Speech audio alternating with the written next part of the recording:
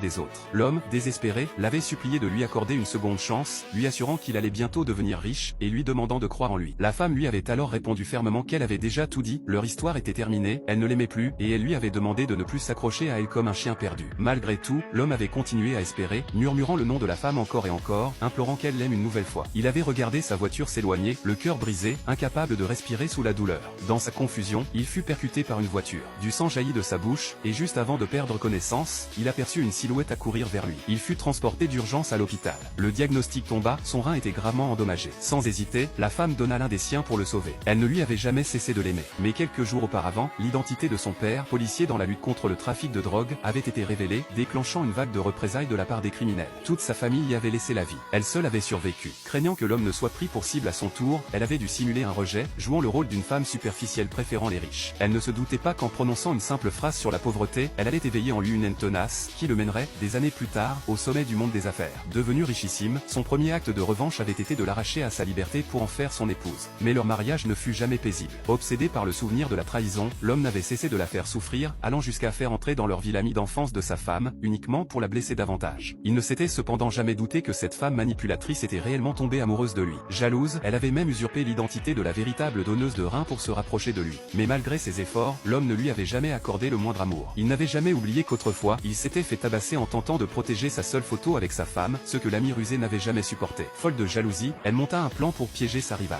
Lorsqu'elle se jeta au sol en criant, l'homme accourut, paniqué, et l'emmena à l'hôpital. Sans vérifier les faits, il décida même de lui faire une transfusion sanguine. La femme, bien que consciente qu'avec un seul rein, donner son sang pourrait mettre sa vie en danger, n'opposa aucune résistance. Elle considérait cela comme le prix à payer pour l'avoir abandonné 5 ans plus tôt. Après avoir tout soldé avec lui, elle se rendit seule au commissariat, déterminée à reprendre l'insigne de son père et à devenir une infiltrée dans la lutte contre les narcotrafiquants. Elle voulait disparaître à jamais de la vie de cet homme. De son côté, l'homme avait fini par reconnaître qu'il l'aimait toujours. Mais trop fier pour l'admettre, il préféra lui tendre un accord de divorce, espérant ainsi tester ses sentiments. La femme, de son côté, attendait justement un prétexte pour rompre définitivement, prête à donner sa vie à la patrie. En recevant les papiers qu'il lui présenta, elle se contenta de les prendre sans laisser paraître la moindre émotion, et joua encore une fois le rôle d'une femme cupide, comme il l'attendait. En le voyant souffrir une fois de plus par sa faute, elle ressentit une douleur bien plus intense encore. Elle retourna seule dans l'ancien appartement qu'ils avaient loué ensemble, y mit le feu, et simula sa propre mort, dans l'intention de disparaître pour toujours de la vie de cet homme. Pendant ce temps, l'homme, désormais prêt à épouser l'amie manipulatrice, continuait à envoyer inlassablement des messages à la femme, pensant naïvement que ce comportement enfantin suffirait à raviver ses sentiments. Il ignorait que la femme était déjà au commissariat, qu'elle avait jeté son téléphone, seul lien qui les unissait encore, et qu'elle avait réactivé le matricule de son père. Alors qu'il continuait d'attendre, toujours dans l'illusion d'un retour, il reçut un appel inattendu. Une voix officielle, au bout du fil, l'informa que l'incendie avait été maîtrisé, et qu'il devait se rendre au plus vite pour identifier le corps de sa femme.